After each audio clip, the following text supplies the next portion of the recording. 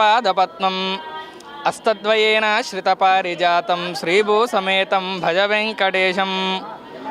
బీరాంగూడ గుట్ట శ్రీ వెంకటేశ్వర స్వామి ఆనందాలయంలో భక్తులందరికీ కూడా ముక్కోటి ఏకాదశి శుభాకాంక్షలు. ఈరోజు ముక్కోటి ఏకాదశి యొక్క విశిష్టత ఏమిటి అనగానే కోటి ఏకాదశుల యొక్క ఫలితాన్ని ఇచ్చేటువంటి ఏకాదశి ముక్కోటి ఏకాదశి అన్నమాట. ఈ ఏకాదశి రోజు ఎవరైతే ఉత్తరద్వారం నుంచి వచ్చి స్వామివారిని దర్శనం చేసుకుంటారో వాళ్ళందరికీ కూడా సకల పాపాలన్నీ కూడా తొలగి శ్రీ మహావిష్ణువు యొక్క అనుగ్రహం కలుగుతుందన్నమాట. ఈ వైకుంఠ ఏకాదశి యొక్క విశిష్టత ఏమిటి అనగానే ఈ వైకుంఠ ఏకాదశి రోజు శ్రీ మహావిష్ణువు నిద్ర లేచుతారు కాబట్టి ఈ ఏకాదశిని ముక్కోటి ఏకాదశి ఉత్తరాయణ పుణ్యకాలము అందరూ. అంటే స్వామివారు 6 నెలలు అంటే తొలి ఏకాదశి నుంచి ముక్కోటి ఏకాదశి దాకా శయనం మీద ఉంటారు. అలాగే ముక్కోటి ఏకాదశి రోజు ఆయన నిద్రలేస్తారు కాబట్టి ఈ రోజున సకల దేవతలందరూ కూడా ముక్కోటి దేవతలందరూ కూడా ఆ ఉత్తరద్వారం వద్ద వేచి ఉండి స్వామివారి యొక్క దర్శనం చేసుకుంటారు. కిన్నర కింపురుషులు యక్షర కిన్నరు కింపురుషులు వీళ్ళందరూ కూడా స్వామివారి యొక్క దర్శనార్థం గురించి ఉత్తరద్వారం వద్ద ఉంటారు. అలాగే ఈ ముక్కోటి ఏకాదశి రోజునే వైకుంఠ ఏకాదశి రోజునే శ్రీకృష్ణుల వారిని భగవద్గీతని ఉపదేశించిన రోజు కూడా ఈ వైకుంఠ ఏకాదశి.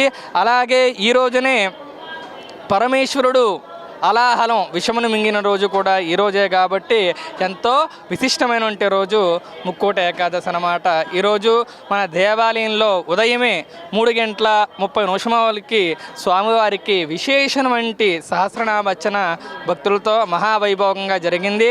తదనంతరం కూడా స్వామివారికి ఆలయ ప్రదక్షిణ, తదనంతరం కూడా ఉత్తరద్వారం యొక్క ఆరాధన గావించి స్వామివారి యొక్క దర్శనార్థం భక్తులందరూ కూడా వేలాది కొద్దీ మన బీరాంగూడ గుట్ట మీదకి వేయించేసి ఉన్నారు.